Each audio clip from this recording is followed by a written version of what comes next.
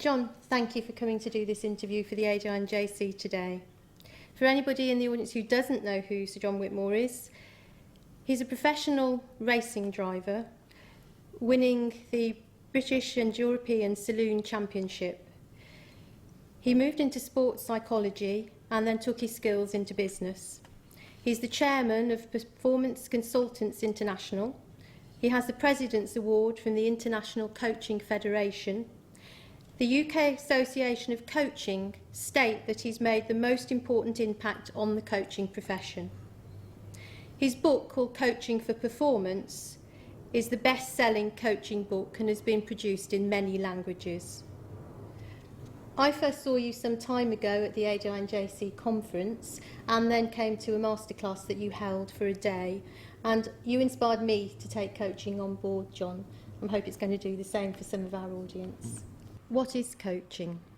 Coaching is a means of teaching that is, in a sense, more natural than traditional teaching or instruction. The focus in coaching is on the learning rather than on the teaching. And that's a shift, and it's very important for people who are operating in coaching to really put their attention on the learning process and rather than on what they are saying or doing. How does it work? The fundamental principles of coaching are that we want to build the awareness, and what I mean by awareness is the input, the receipt of information. So there's external awareness, which is what you see through the windscreen in the mirror and all that sort of thing. That's awareness, being aware of what's happening outside, but also the awareness inside, the awareness of your body, your emotions, and so on, because all these things are interconnected. So awareness and responsibility are the key words in coaching. Why change from instruction? The big issue today in all countries throughout Europe and elsewhere, actually, is the particular disproportionate number of young male inexperienced drivers between the ages of 18 and 24 that are involved in fatalities. And of course it's not because they can't drive. They can learn to drive a car very quickly because look what they do on skateboards and mountain bikes and things like that. They're very quick at learning the physical activity. The problem is the emotional side of it, which is the competitiveness, the aggressiveness, the showing off and that sort of thing, which causes them to do entirely inappropriate things which result in accidents. And instruction does not deal with that side whatsoever. You can just, in instruction is don't drive too fast or don't have an accident, but that doesn't make any difference to a young person. They probably do the opposite anyway. The coaching process very much deals with the emotional side as well as the physical side, as well as the details of driving a car and traffic and all the information you need. Should we tell pupils that they are being coached? It is important because the behaviour of a coach is far more asking questions than telling and providing answers. So if traditionally, and this means from other aspects of their life at school or with their parents, a lot of people have been told a great deal and not asked very much for their own opinion. So suddenly, if they have a very different experience, which is somebody's asking them a lot of questions, they might get confused. Why are they doing this? So I think it's very important that instructors who have converted to becoming coaches should actually tell their pupil, I am going to approach this in maybe a different way than I've done it before, and it's more like what we call coaching than instruction, and I will be asking you questions, and I'm asking you questions because ultimately, you know, you will be in charge yourself, and this helps to build that sense of responsibility within you, and that sort of thing. That's enough. You don't have to explain the detail of how it works, but just to put them at more, help them to be more relaxed when you're asking questions instead of telling. Do you think the DSA has accepted coaching? The DSA have been trying to change quite a lot of things in the way that the driver teaching takes place, and they are moving in this direction, and they've been doing some research and so on, and putting it out to the public to get public opinions on this, and so they are moving in this direction, but they're a very large organisation, and things move slowly. And then we have had the Hermes project recently, which is a European-wide project for bringing in coaching, because the whole of Europe, the European Commission recognized we need to deal with this young male problem. And the DSA have seen the Hermes program and are put out a statement to say they very much approved of it. So I think we're all moving in the right direction. Are there some pupils we may not be able to coach? I would say everyone is coachable. Everyone is coachable, and I'm absolutely, I have no question that it is the most effective way to get people to learn that we know of at the moment. I mean, I'm sure that there are obviously rooms for improvement as time goes on, but it's certainly the best way at the moment. If somebody has been told a great deal in their past, they've always been ordered to do things.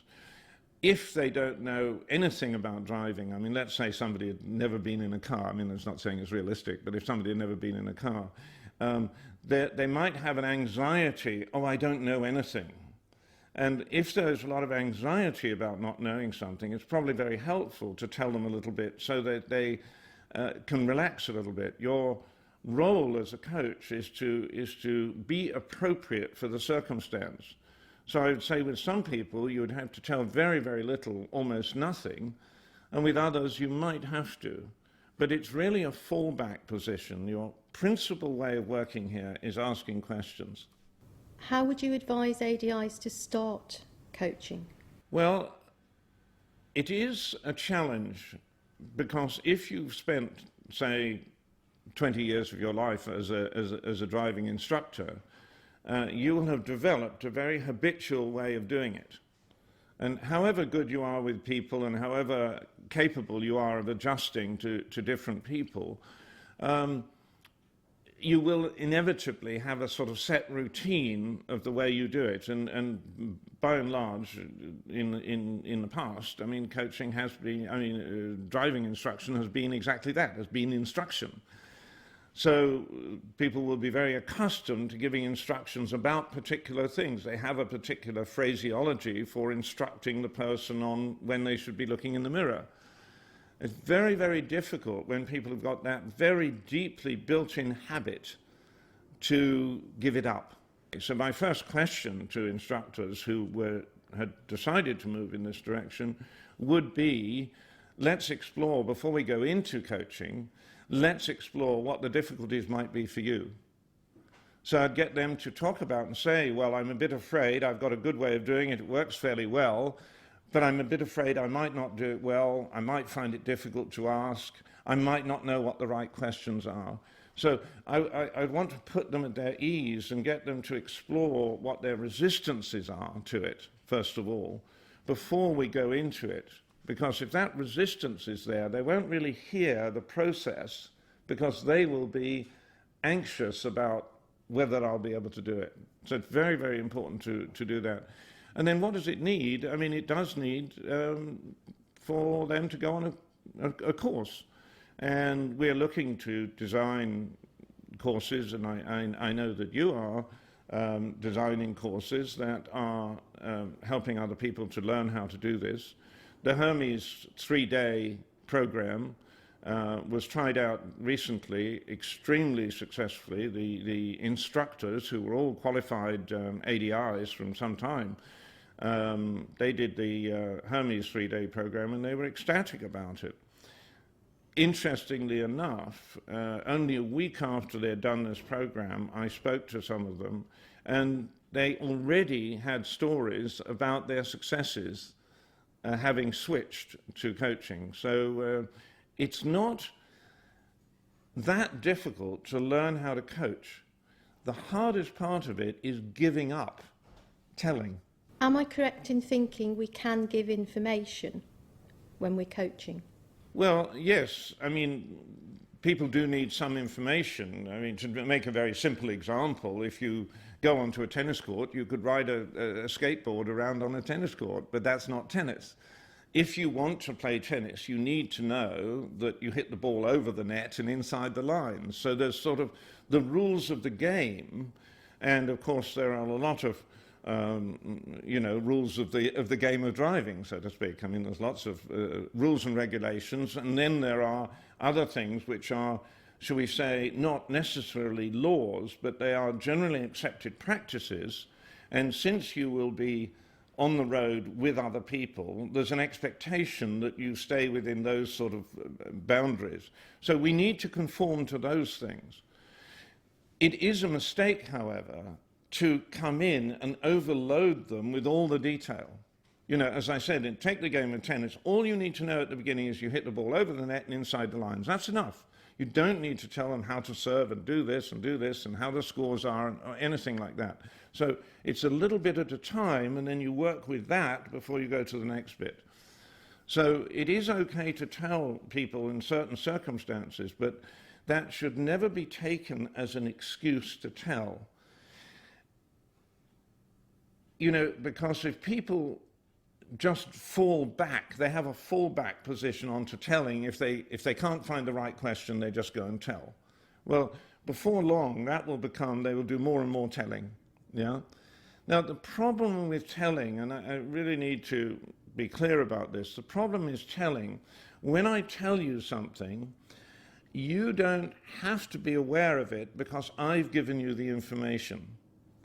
So, and also when I tell you this is what I want you to do, I'm also taking responsibility away from you. So there is a complete contradiction between the instruction process and the coaching process. Because what we want to do, and we know very well that people perform at their very best when they're highly aware and highly responsible. Aware externally and aware internally. Highly responsible for their actions, both the actions, their reactions to their emotions and to the circumstances out there. So awareness and responsibility are absolutely crucial. That's what we are building with coaching. Now, every time you give an instruction, it actually has the opposite effect. And so I'm not saying we don't instruct, but it's definitely, you need to recognize that if you are going to instruct, then the effect of that is to lower the awareness or lower the responsibility. So you have to make a choice about doing that. Always remembering that the key is to have high awareness and high responsibility. How soon should we start coaching a pupil that's learning to drive? The short answer is right at the beginning. That's where we need to start. We need to build into the young person a sense of self-responsibility every time they sit in the car. So the first question might be, here you are, you're sitting in the car, what do you need to know? What is it that you would like to start with? So that you follow their learning journey rather than imposing a sort of prescribed manual, this is what you do first, then that, then that, then that. Because people learn in different sequences. And the more we satisfy the need of the learner, the more open they are to the learning process. And what we want to build into them is a sense that every time they sit in the car, they are in charge, in a sense. They are responsible for what's happening. We need to really recognize that if I tell you something, then I'm taking responsibility for it because you are then doing what I said. Or if I tell you there's a car behind you, you don't have to look in the mirror because I've told you. So I'm taking responsibility away from you. So the difficulty is with the instruction process. It actually takes away the two things that are the really central features of people performing effectively, which is awareness and responsibility. Can we entirely coach, or can we use instruction as well? It depends how we define coaching. Some people, for example, would say, well, coaching is all about asking questions and not telling at all. I prefer a definition that says that coaching is being appropriate for the circumstance. So there are circumstances in which it may be entirely appropriate to tell, which might be stop, you know. if an emergency arises, it may be absolutely necessary to do that.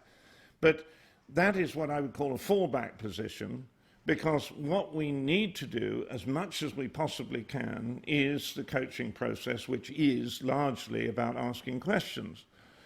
So it's a question of being creative with the questions. When somebody says, I need to know this, I might say to them, well, I'll tell you in a minute, but let's explore it first to see if you could find the answer to that. So they know they're going to get a solution, and somehow that liberates them, and then they can think it through for themselves, and that's where you gain. So the skill of the coach is quite important. It's not something that you learn instantly. It's something that you gain with experience. So I'm saying that once you've done a 3-day training, a lot of people will be already effective at coaching, but it will continue to improve. Can you suggest a few questions we could use when coaching? I think a very important thing is to keep the questions simple and straightforward, and I would say short. I mean, a question, if you were writing it down, it should be a one-liner in a sense. And it's also not helpful to say 3 questions at the same time. Well, tell me this and this and this. You want the person to focus on the thing. So that's a sort of general rule about questions. But I gave you an example of what do you want to learn first, because that is important that you travel on their learning journey. Another question at the beginning would be, what do you already know about driving? Some questions about how much time have you spent in a car with other people and that sort of thing. What do you know about driving? What do you know about, do you know what the clutch does, for example? A lot of questions like that at the beginning. So that builds the responsibility. As you get later along down the road with it, there are questions about the emotional side, for example, and that is that if you, as the coach, feel that the driver is a bit nervous, you might say, what are you experiencing right now? What are you feeling right now in your body? And they might say, oh, I'm a bit tense, and that sort of thing. Okay, what are you anxious about? And so on. So you explore those things with them.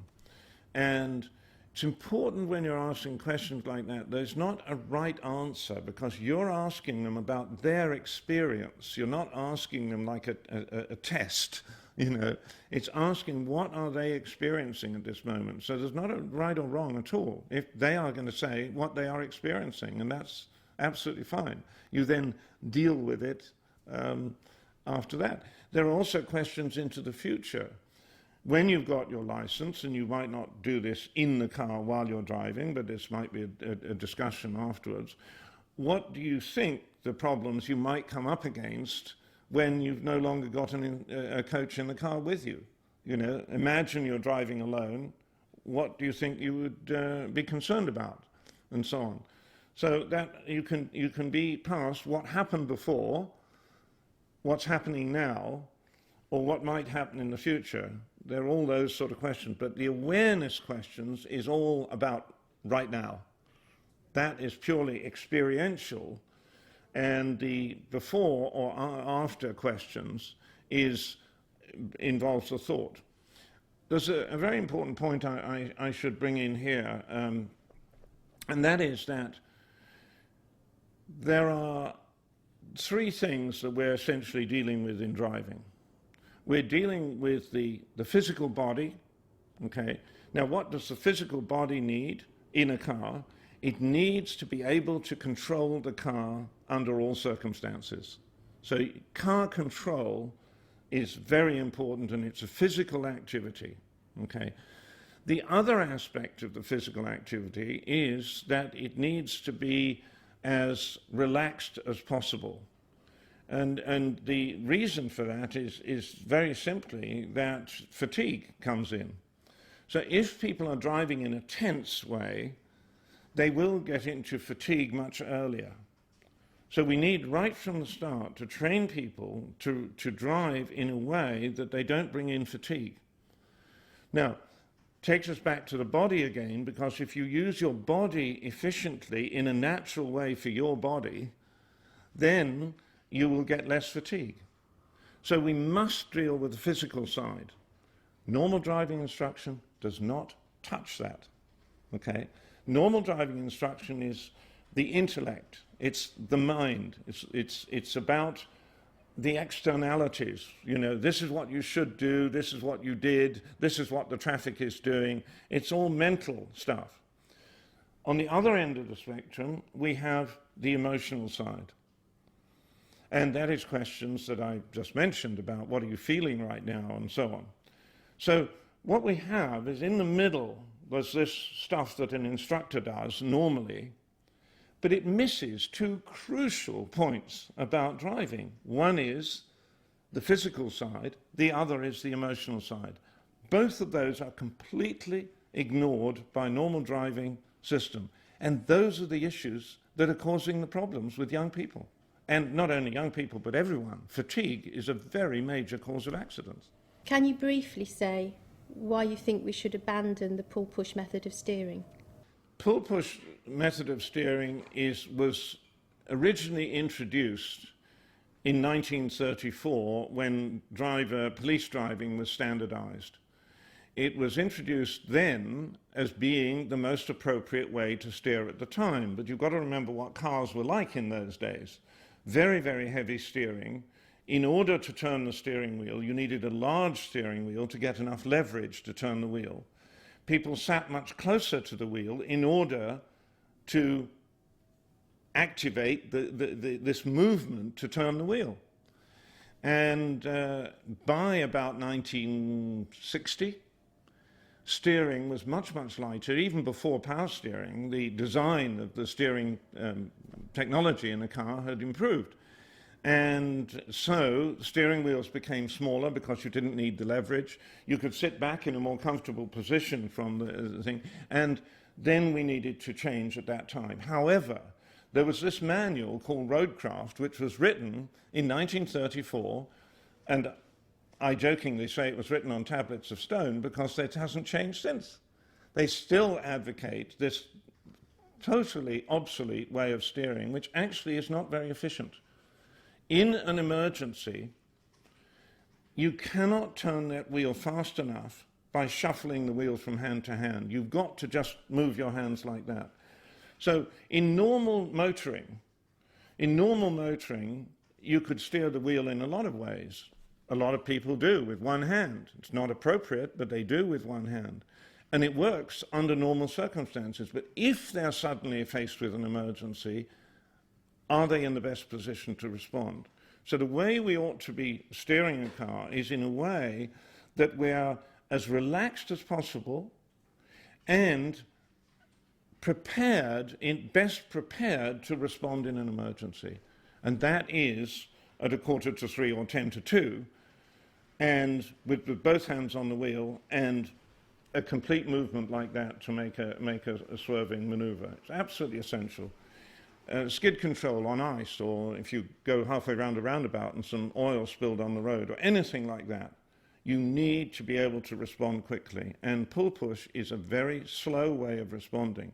Now, there's another point, and that is that every car has a different sort of steering feel, different size of the wheel, different weight of the steering. And people who have two cars in the family, for example, will drive those two cars differently. They will steer differently in those two cars because they do it in the way that's most natural for them, given the geometry of the car and their own particular body. They must have the way of choosing it, what is the most comfortable for them, given what car they're driving. A rigid method which says in all cars you do it in this rigid way is absolutely bizarre. And the difficulty with it, it has been so ingrained in driver education. But I should say one thing. England is the only country in the world that still does it. Many, many countries used to do it in 1934. But England is the only country in the world that does it.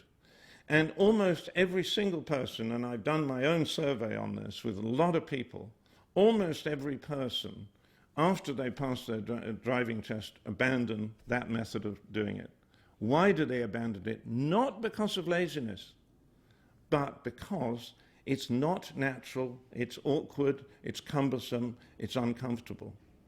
The one difficulty we have in the driving establishment, however, is instructors have been doing that for a long time, the police have been doing it for a long time, so they've got into this habit, and it's actually unnatural for some of them to go back to what I'm calling a more natural way of doing it. The Hermes Project states that we can't learn coaching from a book or from a seminar. Do you entirely agree with that? Well, I think that we can learn in lots of ways, and different people learn in different ways. I mean, some people like to understand something intellectually before they'll try it out. Other people will go straight into experimentation. So what we need to do when we are teaching this sort of thing is to respond to the needs of the group. And that will include all those methods. So I would say, yes, there is value in reading these things. There is value in seeing demonstrations, and value in seeing films about it being done. We learn in all these ways, but ultimately, you will only become a good driving coach by getting out there and doing it, and you will refine your process the more you do it. You'll get more and more skillful at asking these short questions, simple questions which have big impact. So it is, ultimately, it's going down there and doing it. But the point that the Hermes Project is making is that you could read 47 books in the library about golf, but you wouldn't be any better at golf until you go out there with a club and do something with it. It doesn't mean there's no value in those things, though. John, thank you so much for your time today. I know that we never stop